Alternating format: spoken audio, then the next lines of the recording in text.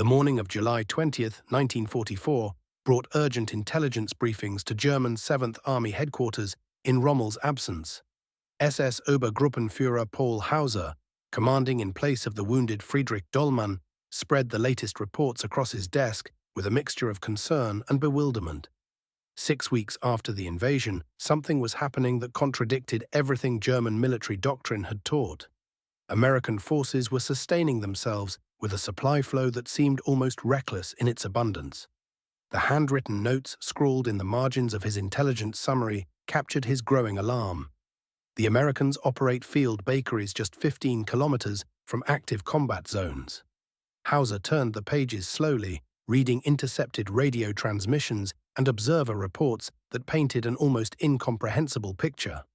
American soldiers, still locked in brutal fighting through the Norman hedgerows, were somehow receiving not just ammunition and fuel, but hot meals, fresh bread, letters from home, and according to one report he initially dismissed as exaggeration, donuts served by women wearing Red Cross uniforms. The mathematical calculations that had guided German thinking suddenly seemed inadequate. 4 years of experience on the Eastern Front had taught German commanders to strip away every comfort, every luxury, every surplus ounce from their soldiers to maximize firepower. Yet here were the Americans, allocating precious shipping space across the Atlantic for converted trucks staffed by volunteers. To German officers shaped by years of deprivation, this seemed like madness. What Hauser and his peers failed to comprehend was that they were witnessing the marriage of American industrial capacity with military strategy. This wasn't extravagance. It was something far more dangerous, an entirely different approach to warfare itself.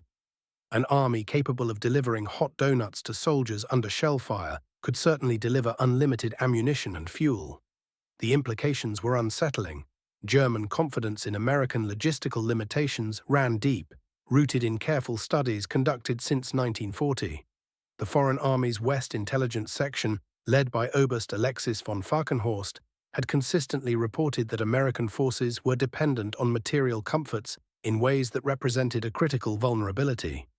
German documents showed their calculations in stark terms. American military plans captured in Sicily indicated that U.S. forces required approximately 45 pounds of supplies per soldier daily. German allocations ranged from just over 9 pounds for inactive troops to 20 pounds during active operations. Officers who had survived the frozen wasteland of Russia on far less viewed American supply requirements as evidence of moral weakness. Field Marshal Gerd von Rundstedt, commanding all German forces in the West, had expressed this conviction plainly during a May staff conference. "The Americans require triple our supply tonnage," he had said. "They believe war is about material strength. We have demonstrated in Russia that will and determination triumph over material. When their elaborate supply system encounters the chaos of actual warfare, it will inevitably collapse." This wasn't merely propaganda speaking. It reflected genuine philosophical differences in how military forces were conceived and organized. German doctrine emphasized initiative, improvisation, and self-sufficiency. Soldiers were trained to operate independently when supplies failed, to sustain themselves through ingenuity and adaptability. The American insistence on maintaining continuous supply chains for items Germans dismissed as luxuries, cigarettes, chocolate, writing paper, seemed to confirm Nazi propaganda about the moral softness of democratic nations. German logistics officers had performed the mathematics with confidence. Major Heinrich von Spilker, from Army Group B's supply staff, had presented his analysis to command. To supply 12 divisions across open beaches requires 8,400 tons delivered daily, he had written. No force in history has achieved half this tonnage without established ports and harbor facilities.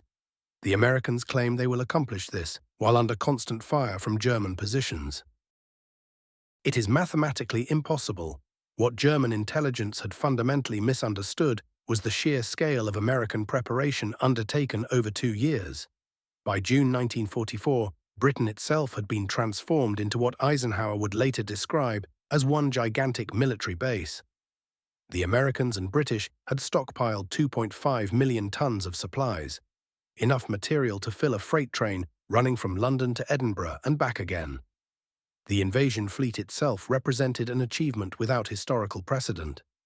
6,900 vessels crossed the Channel on June 6th, including over 4,000 landing craft alone.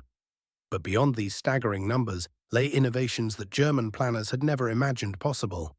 Among the specialized vessels were LSTs, landing ship tank vessels, that had been converted into something far different. LST 357 carried refrigeration units maintaining 32-degree temperatures throughout the rough Channel crossing. LST 491 held an entire mobile bakery that would be fully operational within hours of reaching the beach. These were not desperate improvisations born from wartime necessity. They were deliberate resource allocations that German military thinking would have dismissed as wasteful. German E-boat patrols encountering invasion convoys reported puzzling observations that their commanders couldn't properly classify. Corvette Captain Friedrich Hoffmann, commanding E-boat flotilla S-130, noted strange vessels in the Allied columns. Observed unusual craft that appeared to be converted merchant ships painted military grey, he recorded. Purpose unknown, but smoke patterns suggest factory-type operations. Something was clearly different, but what? By June 26th, D+20, American logistics had achieved what German doctrine had declared mathematically impossible.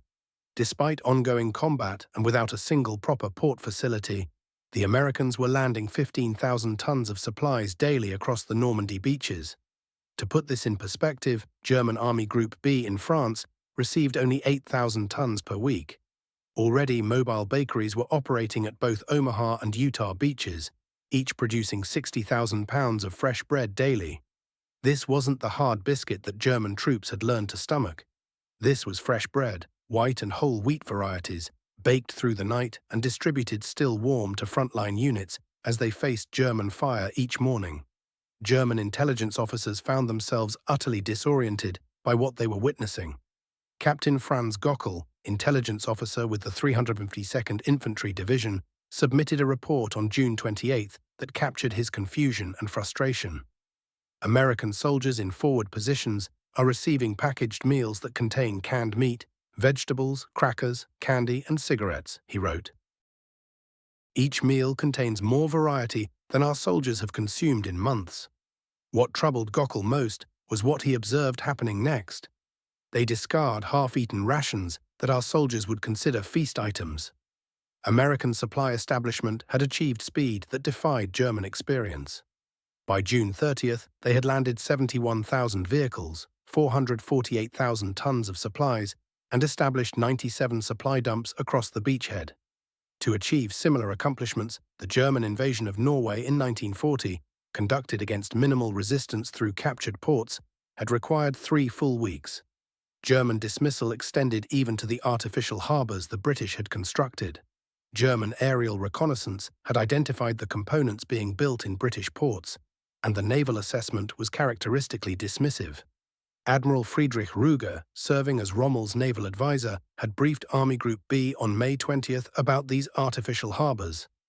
The concept is theoretically sound, but practically limited, he had concluded. Atlantic storms and channel tides will severely restrict any temporary structure to minimal capacity. We estimate maximum throughput of 1,000 tons daily under ideal conditions. By June 18th, the American Mulberry A at Omaha Beach was fully operational. It initially handled 3,000 tons daily before ramping upward to 7,000 tons, precisely 7 times what German estimates had predicted. The harbor consisted of 600,000 tons of concrete in massive caissons, 180,000 tons of steel framework, and floating roadways that could accommodate 2,000 vehicles daily. German observers stationed nearby were struck by the engineering achievement. Oberst Hans von Luck, whose 21st Panzer Division operated near the British Mulberry B, later wrote of watching the harbour materialize before his eyes. "We observed through field glasses as an entire harbour appeared from nothing," he recalled. Ships unloaded directly onto floating roads that rose and fell with the tides. Trucks drove from ship to shore without pausing or stopping. Within a single week, the Allies had created port facilities exceeding many of France's established harbours. The psychological impact was devastating to German morale. These harbors represented far more than mere logistical capability. They demonstrated engineering dominance and the apparent limitlessness of American resources. If the Americans could construct harbors from nothing, what might they not accomplish? July 16th marked a turning point that German commanders would later identify as psychologically shattering. The first Red Cross Club mobile arrived on French soil at Utah Beach. The converted vehicle, nicknamed the Donut Trolley, began serving fresh donuts and hot coffee to combat troops within hours of arrival. German intelligence initially dismissed reports of American women serving refreshments in active combat zones as propaganda or evidence of American military incompetence. Oberst Friedrich von Mellenthin, intelligence officer with Panzer Group West, noted skeptically on July 20th that such reports seemed either fabricated or indicative of dangerous American recklessness. But the reports were entirely accurate. Within a week of that first arrival, 12 club mobiles were operating across Normandy. These specially modified GMC trucks, equipped with donut-making equipment and large coffee urns, could produce 2,000 donuts and 500 gallons of coffee daily. 3-woman crews worked in zones where German artillery could reach them, following American units as they advanced deeper into Norman territory. American soldier correspondents, captured by German intelligence, revealed the emotional impact these simple gestures carried. Private James Morrison of the 4th Infantry Division wrote home on July 22nd, a letter found on his body after the St. Lo fighting. "You won't believe this, Mom, but yesterday I had fresh donuts and real coffee served by American girls, just like at the corner shop back home. We were maybe 5 miles from the front. The Germans were shelling the road behind us while these girls joked and served donuts like it was a church social." By August 25, 1944, as American forces liberated Paris, German logistics officers faced an equation that seemed unsolvable. General George Patton's Third Army was advancing so rapidly that German doctrine insisted such a force must halt to resupply. German experience from Russia proved that mechanized columns couldn't operate more than 200 miles from their supply bases without pausing for resupply. General Heinrich Eberbach, commanding what remained of German armor in the region, sent an assessment to OKW on August 24th, expressing this conviction. "American spearheads are operating 400 miles from their beaches," he reported. "By every logical calculation, they must halt within 48 hours to accumulate supplies. Their fuel consumption alone exceeds what we calculate as possible delivery capacity." 24 hours passed. German reconnaissance units reported something unprecedented. An endless stream of vehicles moved on designated highways, operating without pause, day and night. The Red Ball Express had begun operations, and it would fundamentally alter everything German commanders believed about logistics possibilities. The verified numbers defied German comprehension. Nearly 6,000 trucks operated by 23,000 drivers delivered up to 12,000 tons of supplies daily at peak operations achieved on August 29th.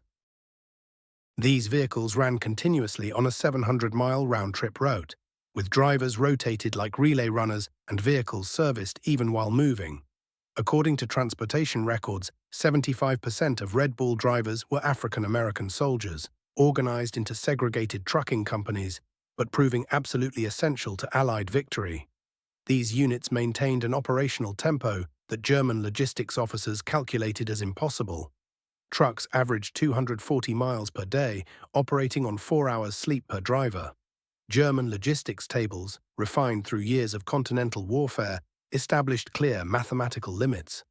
A mechanized division required 300 tons daily in combat, 100 tons when static. Delivery capacity decreased 30% for every 100 kilometers distance from supply bases. Beyond 300 kilometers, sustained offensive operations became mathematically impossible, according to German calculations. Yet the Americans shattered every assumption.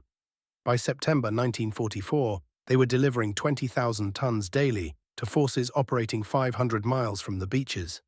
A single American armored division consumed 750 tons daily and received exactly that. The First Army alone burned 800,000 gallons of gasoline daily, more than the entire German Western Front consumed in a week. General Major Fritz Bayerlein, commanding the remnants of Panzer Lehr Division, attempted to capture his understanding of this new reality in a letter to his wife that was found after his capture. "We are not fighting soldiers anymore, but an industrial process." His words captured a truth that German commanders were only beginning to grasp. They do not defeat us in battle. They overwhelm us with trucks. September 1944 brought reports that left German engineers stunned and skeptical. American forces were constructing fuel pipelines running from the invasion beaches all the way to their advancing armies. The underwater pipeline, Pluto, along with its overland extensions, struck Wehrmacht officers as pure fantasy.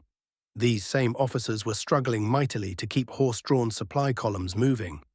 Major Hans Quain, a Wehrmacht engineer responsible for building fuel depots across occupied Europe, submitted an analysis to OKW on September 10th, later discovered at Aachen. Creating pipelines demands specialized steel, precision-engineered joints, and pumping stations positioned every 30 kilometers. The Americans insisted they were laying 50 kilometers of pipe daily using prefabricated sections. This shattered German construction records by a factor of 10. The first Pluto line went operational on September 22nd, initially moving 56,000 gallons daily to Cherbourg. By October, with multiple lines functioning, delivery had jumped to 300,000 gallons daily. Come March 1945, the entire system would reach full capacity of 1 million gallons daily, surpassing the fuel consumption of complete German army groups. The effect on German defenders was psychologically crushing. Oberst Hermann Balck, considered one of Germany's finest tactical commanders, reflected years later during his post-war interrogation. "When we learned Americans were pumping fuel directly from England into their tanks, we understood the war was finished. You cannot overcome an enemy that has conquered distance." Nothing showed American logistical mastery more vividly than Thanksgiving 1944. With armies spread from Holland down to Switzerland, the American Quartermaster Corps attempted something no military had achieved before, providing traditional Thanksgiving dinner to every American soldier in Europe, nearly 2 million men on that single day. General Hasso von Manteuffel, secretly preparing the Ardennes offensive, received intelligence reports his staff initially dismissed outright. His G2 summary dated November 20th, uncovered in captured records, stated agents have reported a massive shipment of frozen turkeys arriving for American forces. This appears to be a deception operation designed to mask offensive preparations. It wasn't deception at all. The cargo ship SS Great Republic had sailed from New York on October 15th, carrying 1,144 tons of frozen turkey, and docked at Le Havre on November 16th. Other shipments brought cranberry sauce, sweet potatoes, pumpkins, and all the traditional trimmings. Special refrigerated trains and trucks kept everything frozen from port to the front lines. On November 23, 1944, American soldiers in foxholes facing the Siegfried Line sat down to turkey with stuffing, mashed potatoes, cranberry sauce, and pumpkin pie. Units receiving sporadic German artillery fire were served hot meals anyway. The 30th Infantry Division, holding defensive positions near Arlon, received complete dinners despite ongoing German shelling.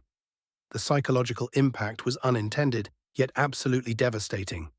Captured American soldiers interrogated after Thanksgiving kept mentioning that meal, inadvertently revealing to increasingly demoralized German interrogators just how capable American supply operations truly were. The winter of 1944 to 1945 turned out to be the coldest in 50 years. German commanders, remembering their own material collapse during Russian winters, expected American forces to suffer the same breakdown. The Ardennes offensive was partly built on the assumption that American forces couldn't rapidly equip their exposed troops with adequate winter gear.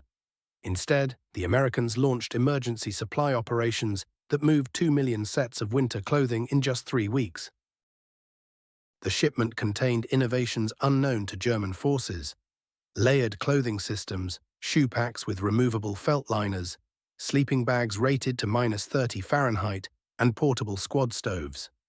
General der Infanterie Baptist Nies, commanding 85th Corps, reported to Army Group B in December 1944 in documents later captured. American troops caught in encirclement receive air-dropped supplies despite complete isolation. Containers include medical supplies, ammunition, winter clothing, and mail. Our own troops supplied from our depots lack basic winter equipment. The Bastogne airlift demonstrated American logistical flexibility. C-47 transport aircraft dropped 1,446 tons of supplies in 8 days to the surrounded 101st Airborne Division. Color-coded parachutes identified each container's contents: red for ammunition, blue for medical supplies, yellow for food, white for winter clothing. The precision and sheer volume of air supply exceeded the total German airborne resupply capacity for the entire Western Front. March 1945 brought the Rhine crossing, Germany's last major natural barrier. Wehrmacht doctrine, shaped by their own 1940 operations, called for extensive preparation before any major river crossing. German estimates suggested Americans would require 3 weeks just to gather bridging equipment and supplies. General Johannes Blaskowitz informed OKW on March 1st that the Rhine would provide crucial time to reorganize defenses. 7 days later, the 9th Armored Division captured the Ludendorff Bridge at Remagen intact. Within 24 hours, American engineers had reinforced the damaged structure and were running 1,000 vehicles per hour across it. Yet Remagen was only the start. American engineers constructed 62 bridges spanning the Rhine in just 10 days, one bridge every 4 hours. The longest, a 1,100-foot floating treadway bridge at Oppenheim, became operational in 10 hours. These weren't temporary structures, but engineered crossings capable of handling 70-ton tank transporters. Major Klaus Weber, an engineer officer stationed at Mainz, later testified. Americans threw bridges across the Rhine like ladders across a stream. Each bridge had its own traffic control, maintenance crew, and anti-aircraft defense. They built backups into everything. Destroy one bridge and 2 others were already handling its load. By May 8, 1945, VE Day, American logistical achievements broke every record in military history. The Transportation Corps and Quartermaster Corps delivered to combat forces in Europe, verified shipments across the Atlantic, 46.7 million measurement tons of supplies, and 1.37 million vehicles across all theaters, not just Europe. The numbers included 21 million jerry cans, not the sometimes claimed 140 million. The Americans produced 570,000 GMC 2.5-ton trucks, not 800,000. They supplied 2.4 billion individual rations, 800 million cigarette packs, 500 million candy bars, and 11 billion rounds of ammunition. By March 1945, monthly consumption reached 1.2 million tons of supplies, 50 million gallons of gasoline, and 8,000 tons of ammunition daily during major offensives. These figures meant far more than mere statistics. They represented a fundamental transformation in how warfare functioned. The Wehrmacht, which took pride in operational excellence, discovered that tactical brilliance meant nothing against unlimited industrial capacity efficiently delivered. Post-war interrogations of German commanders showed unanimous acknowledgement of American logistical supremacy. These assessments, compiled by the U.S. Army Historical Division, provide the most reliable evidence of how German leadership viewed American capabilities. General Field Marshal Albert Kesselring, among Germany's most talented commanders, spoke during his 1947 interrogation. American supply achievements exceeded our expectations by factors of 5 to 10. We designed our defensive plans around assumed American limitations that simply didn't exist. A German division at 50% supply was considered combat-ready. American divisions wouldn't attack without 200% supply reserves. General Heinz Guderian, architect of blitzkrieg tactics, offered perhaps the most penetrating analysis in his post-war writings. We Germans brought tactical innovation to modern warfare: rapid movement, combined arms, decisive action. The Americans brought something more powerful: the ability to sustain operations indefinitely through limitless supply. We could win battles. They could feed armies. History demonstrates which mattered more. General Franz Halder, former chief of the German General Staff, offered a philosophical observation during his collaboration with the U.S. Army Historical Division. The American approach represented a conceptual revolution we never fully grasped. We saw logistics as supporting operations. They saw operations as the delivery mechanism for logistics. They didn't defeat our army. They buried it in abundance. While German commanders grappled with European operations, Japanese military assessments reached the identical conclusion regarding American logistical supremacy. Admiral Isoroku Yamamoto had predicted this before Pearl Harbor. We can run wild for 6 months. Then American industrial capacity will overwhelm us. General Yoshijiro Umezu, Japanese Chief of Staff, offered corroborating testimony. We studied American island-hopping tactics, searching for any weakness. We found nothing because tactics were secondary. They established supply bases that delivered more material 5,000 miles from America than we could deliver 50 miles from Japan.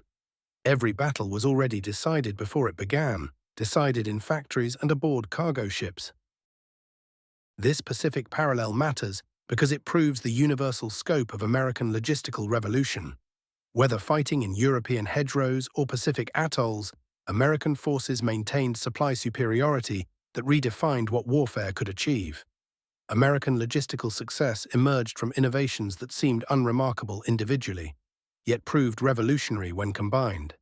Standardization meant every American vehicle used interchangeable parts. A truck damaged in Italy could be repaired using parts from France.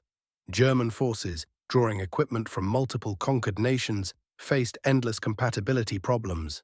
Mechanization allowed Americans to abandon what Germany still depended on. 750,000 horses consuming 20,000 tons of fodder monthly. Americans used trucks exclusively, eliminating an entire supply category while gaining speed and capacity. Preservation pioneered military refrigeration that American forces maintained from factories to front lines. Fresh meat, blood plasma, and medicines arrived in conditions other armies couldn't achieve.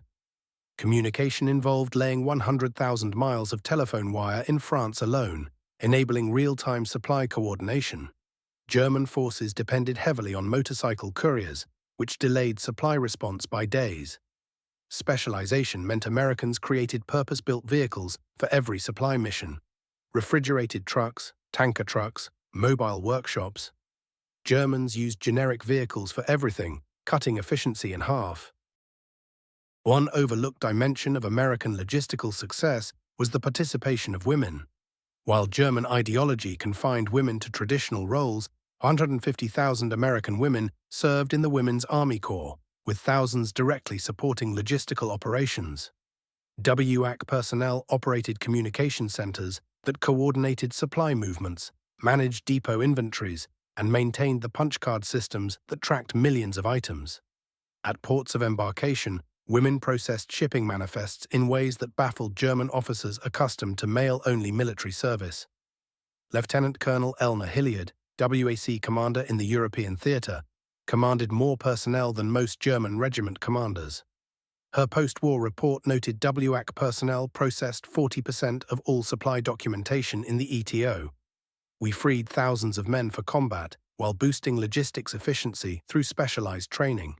This gender integration doubled American military effectiveness by drawing on population resources Germany had rejected on ideological grounds. American logistical superiority became unintentional, but shattering psychological warfare. German soldiers who hadn't seen chocolate since 1942 could smell it on American prisoners.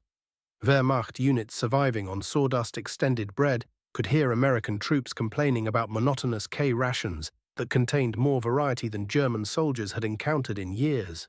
Captured German letters documented the impact.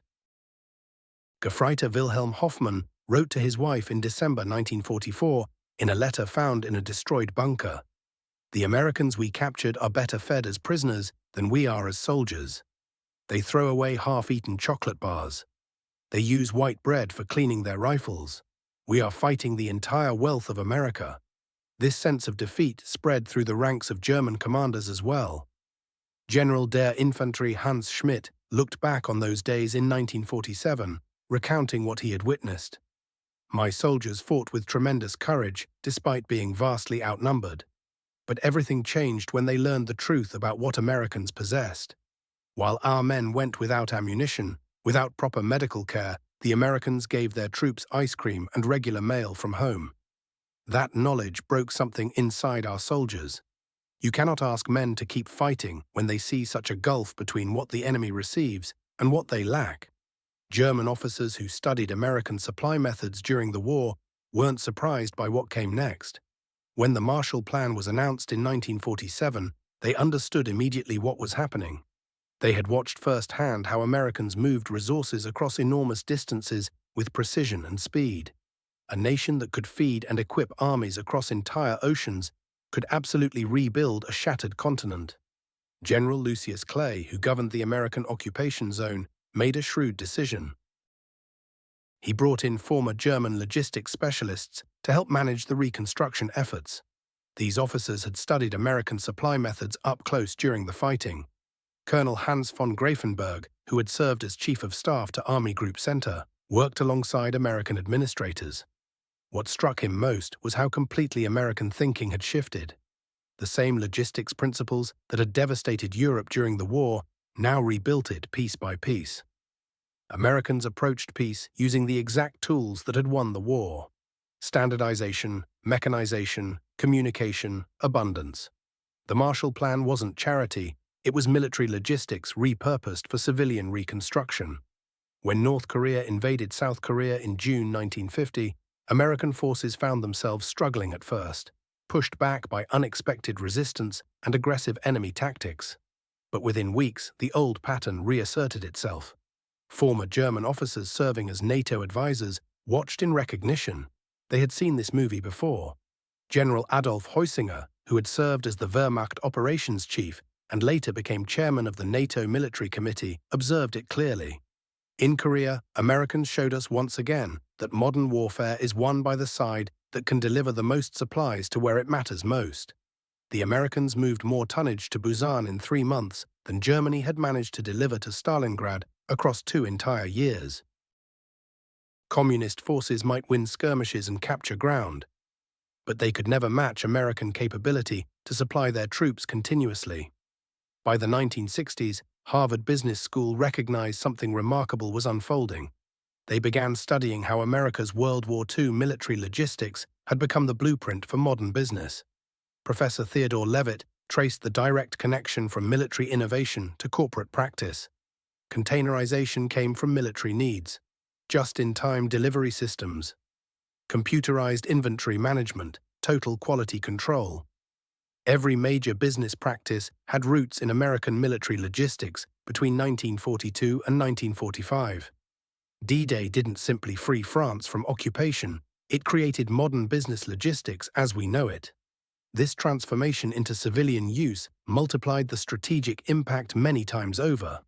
The same systems that brought supplies to Normandy beaches later moved global commerce across the world, cementing American economic power for generations.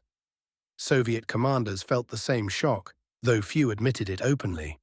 Marshal Georgy Zhukov, who received enormous quantities of American Lend-Lease supplies, wrote about it in classified memoirs released after 1991. Americans sent us 500,000 vehicles, more than our entire production capacity. Yet what truly amazed me was their delivery system. They could ship from Detroit to Vladivostok to Moscow with an accuracy we could never achieve, even moving supplies from Moscow to Stalingrad over distances we controlled completely. Marshal Ivan Konev spoke more plainly in private letters to friends. If we ever fight America, we won't be fighting their army. We'll be fighting their factories. They can deliver more supplies to the far side of the earth than we can deliver to our own borders. This isn't about military superiority in the traditional sense. This is industrial transcendence. What made American logistics work at this scale required handling information in ways never attempted before. The punch card systems that tracked military supplies, run mostly by WAC personnel, represented the largest data processing operation the world had ever seen. IBM machines tracked millions of individual items from factories all the way to individual soldiers in the field. Every single bullet, every bandage, every boot was given a code, counted and tracked through the system. This military requirement directly drove the computer development that would shape the entire post-war era. Thomas Watson Jr., IBM's president who had served as an officer in the Army Air Force, made this connection explicit. Military logistics requirements created both the market and the technology for business computing. The information age started in quartermaster depots.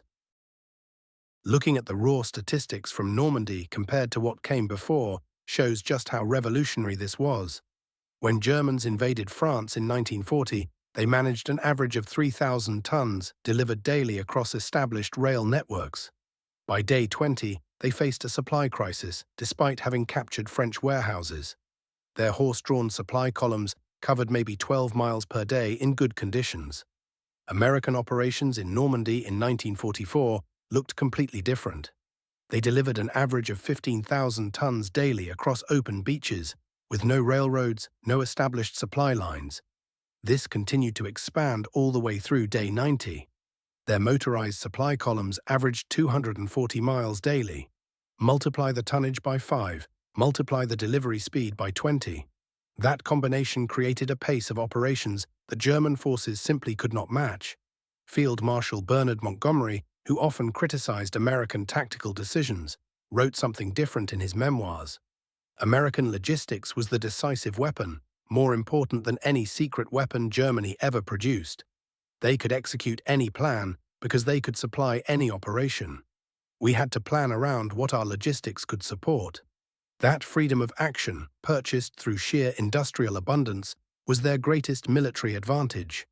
Winston Churchill captured it with his characteristic flair. In modern warfare, he said, the factory proves mightier than the fortress. The supply line grows stronger than the front line. America's monument isn't measured in battles won, but in abundance delivered under fire. Charles de Gaulle, protective though he was of French military pride, acknowledged the reality. Americans conquered not because their generals were smarter, but because their supply lines were longer. Perhaps this is even more impressive than tactical genius.